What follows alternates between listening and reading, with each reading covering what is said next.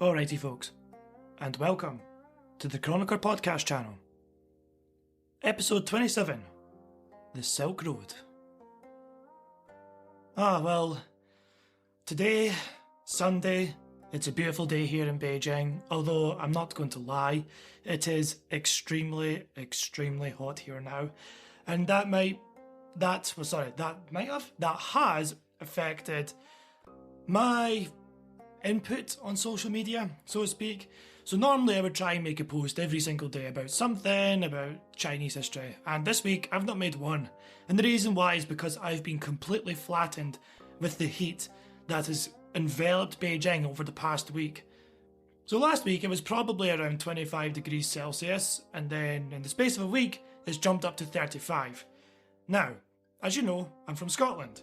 So when it's 15 degrees, we consider that barbecue weather and taps off weather, which literally means you take your top off. So you could imagine how I am struggling with the heat here at 35 degrees. But regardless of that, the Euros have started. It's a year late, but they have started, and I hope everyone around the world enjoys the European Championships. Now here in China, we are actually having an extended weekend.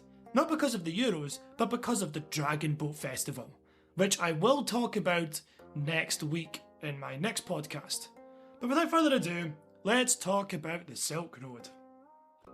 Now, I thought before moving forward, that would be a good idea to at least dedicate one episode to the famous Silk Road.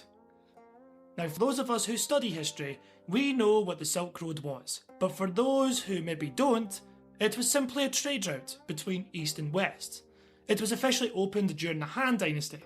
However, the trade links between East and West have lasted longer than around 200 BC. I already talked about this with the use of chariots during the Shang Dynasty. The Chinese didn't invent their own chariots. The technology was learned from the empires in Central Asia. Now this episode will be broken down into 4 major blocks. The first will be a brief overview of how the Silk Road even came into existence. The second part will be all about the commodities that were traded. There was a wide range of products to be traded, and merchants were very keen to make the journey between East and West in search of riches. But what products were the most lucrative? Well, we'll discover that in the second block of this episode. The final 2 parts will talk about China's major exporter, which was the real moneymaker of the Han Dynasty. And if you have guessed it already, it was silk. So I will discuss how silk was actually made and who wanted the silk in the first place. Then after that, I obviously need to talk about China's major import, which may surprise some people as it wasn't a material object, but a religion we know today as Buddhism. But anyway, on with the show. So how did the Silk Road come into existence? I suppose it can be argued that people always wanted to explore, and traders always wanted to exploit new markets, and therefore travelled through Central Asia to Europe or East Asia. However, what made this possible was the royal roads built by the Achaemenid Empire under the leadership of Darius I, or Darius the Great, between the years 522 and 486 BC. Darius pushed a lot of reforms into the empire, and in particular infrastructure projects such as the royal roads and the building of luxurious temples and all sorts. I always find it ironic that Darius did this, declared war on the Greeks, tried to invade, then failed, then his son tried to and also failed, then Alexander used the Great road system to conquer the empire that he improved. However, despite the roads being mostly an imperial postal service, it was also used by the military, and then of course where the army goes, merchants usually follow. Naturally, the Greek empires that came after the Achaemenid Empire and split after Alexander's death, then added to this imperial road system. And there was a great exchange of cultures between the Greeks and their Persian subjects. Eventually, merchants would have stumbled across the realm we know today as China. And voila, you have the Silk Road. But like I said, this road was operating unofficially for centuries before the conquest of Alexander the Great. However, it's important to note that the Silk Road officially opened in around 200 BC with the Han Dynasty. as they openly tried to protect merchants exporting their beautiful silk from their empire over to the West.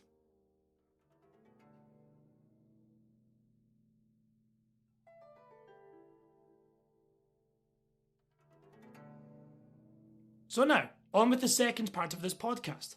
What goods were actually traded? What was desired by the West from the East and vice versa? Now, I will start with what the West exported to the East. There is no reason behind this apart from the fact that I will move on to China's major exporter and how it was made after, so it will be a smoother transition, rather than jumping back and forward. Now then, the highly sought out goods from the East was things like saddles and riding tracks, the grapevine and grapes, obviously for making wine, and we could eat the grapes as well, I guess. Dogs, because believe it or not, they weren't really domesticated by the Chinese as such. There was more the West that did that. Animal furs and skins, honey and the honeybee, glassware, because how are you going to drink your wine without a glass? Woolen blankets, rugs and carpets. They probably came from Scotland because that's what we're famous for. Nah, I'm joking, but you get the idea.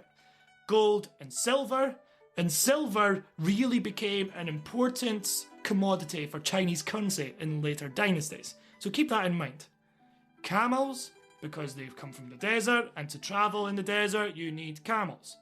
Slaves, probably from the Roman Empire. Weapons and armour, and horses. Now, horses was a major deal for the Han Dynasty. The Han actually went to war for the beautiful horses of the West with the Greek city-state Dayuan. Emperor Wu was the sovereign of the Han Dynasty at the time, so you know how that went. However, these heavenly horses were said to be powerful and mighty, but more importantly, superior to that of the Xiongnu, who were still causing the Han Emperor a major headache. So that was the commodities that were traded to the East. Now what about East to West? Well, of course, it's called the Silk Road, so silk. As well as that, tea was exported from not just China, but India as well, towards the West. You also have dyes, precious stones like rubies, etc. China, and I'm not talking about the country, I'm talking about the plates, bowls, cups and vases. So whenever you picture Queen Victoria of England drinking tea, she's probably drinking it from China, so that material. Porcelain, spices such as cinnamon and ginger, medicine or even medicinal manuals I could imagine would have been very popular in the Roman Empire, perfumes, ivory, rice, of course, and paper, which was invented during the Eastern Han Dynasty, and then later on in the centuries, you have gunpowder. So like I said, this was in later dynasties. It was invented during the time of the Song Dynasty.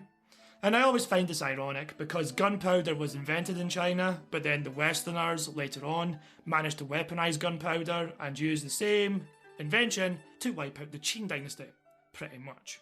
But that is so many episodes away, so we'll get to that when we get to it. So that was the commodities that not only the ancient Chinese exported to the West, but ancient India as well. It's important to note here that the Silk Road should actually be called the Silk Roads, considering that there was more than one route from west to east or east to west.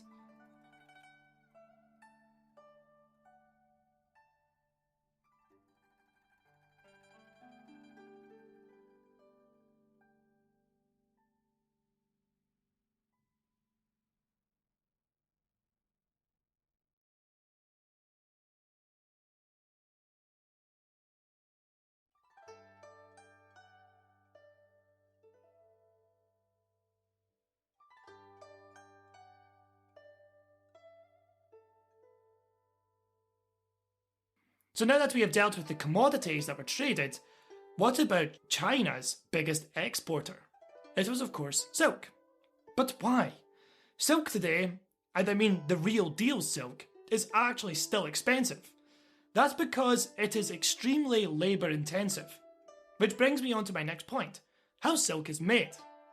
Now this may surprise a few people, but silk comes from a type of worm, and it has been given the name the silkworm.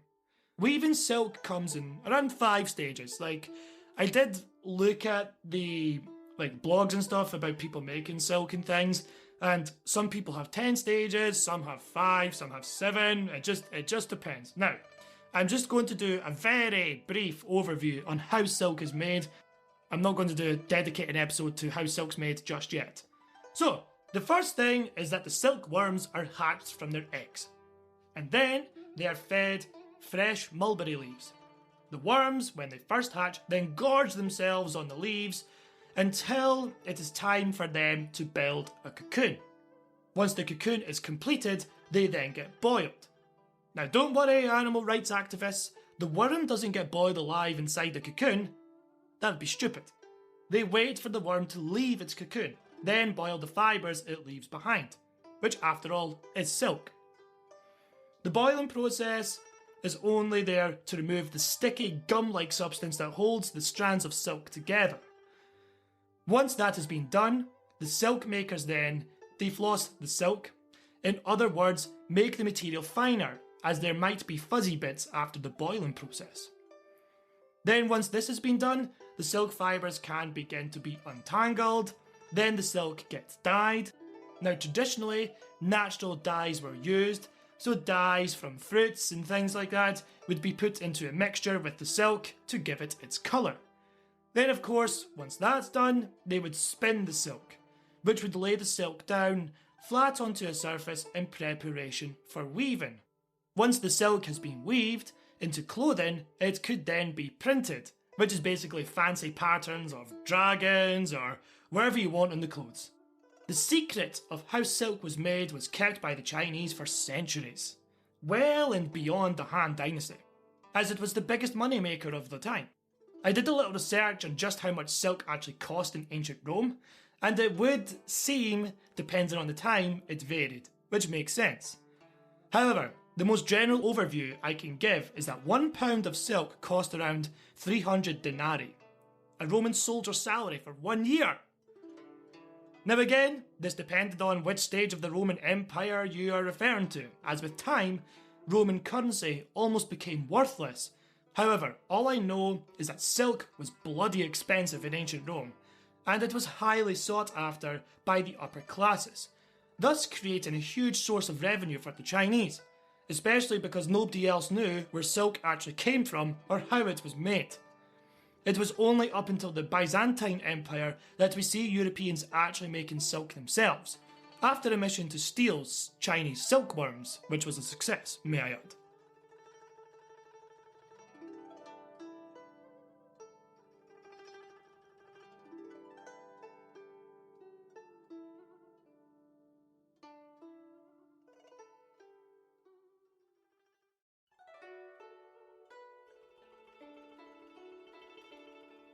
This leaves me with my last and final part of today's episode, which was the major and most influential import into China, and that was Buddhism. Buddhism, as you may or may not know, began in modern-day Nepal or India, with a man named Siddhartha Gautama at around 500 BC. Gautama was born into an aristocratic family, and by all accounts, had all the pleasures that life could ever ask for. He lived a high life. However, he was never allowed to leave his palace of luxury. It is said that his father wanted to protect him from the dangers outside the walls. Anyway, being curious, Siddhartha managed to get outside the walls, and what he seen horrified him. There was people starving in the streets, there was people begging, people dying, people sick, and horrified Siddhartha so much so that he chose to abandon the pleasures his birth entitled him to and chose an ascetic life. He travelled around for a while and then met some other monks who were also ascetic, and they chose to meditate under trees, searching for the meaning of life. Siddhartha Gautama meditated under a tree for 40 days and nights, basically almost starving himself to death. He even said himself that during the time, if he pressed his hands between his back and stomach, he could feel them touching each other. But on the 40th day, he finally achieved nirvana, or enlightenment. And it was from here that he would be called Buddha, which means the enlightened one. Now Buddhism as a religion basically tries to end human suffering. That is the aim. How do people do this? Well, according to the Buddha, human suffering comes within. All of the joys in life, eating pleasurably, drinking alcohol, taking drugs, having sex, all these things make humans want more of it. And because humans want more of it, and if they can't get it, they then feel sad or depressed. And happiness is the only way to be happy is to stop wanting these things. So, according to Buddha, or Buddhists in general, if you feel yourself wanting something, then move away from it. That's why Buddhist monks never take a wife, and they do not own material possessions at all. Things like that. It all comes from trying to end suffering. Now, this podcast episode isn't about Buddhism as a religion. To be honest, you could probably have an entire show dedicated to Buddhism as a whole. So I hope my very, very brief overview was enough for you. Now, if you want to learn more about Buddhism, then be my guest, but I'm going to try and stick with the Chinese history, because that's what I've been doing so far. But, back to the Silk Road and stuff. Buddhism first made its appearance in China during the Han Dynasty. And from there, its roots would climb into Chinese society and way of life, very gradually, but effectively. The Chinese people, for the most part, were pretty accommodating of the new religion, as it gradually made its presence more and more known, and even mixed Buddhist traditions with their own Taoist or Confucian ones. However, this happened with the later dynasties. Now, this was a big deal, as Buddhism in China today is the largest religion within the country, and all it started with was a few followers of the Buddha travelling along the Silk Road into China and teaching the local peoples there the ways of the Buddha. Then from there it spread throughout China. Quite remarkable, isn't it? However, it wasn't always peaceful like this. During the Northern and Southern Dynasties period, it was militant Buddhists who took over the northern parts of China and forced Buddhism on the people. However, that is a story for another time. Now, I hope you have enjoyed this episode, and please feel free to share this episode with your friends if you think they would enjoy it. And until the next time, thanks for listening.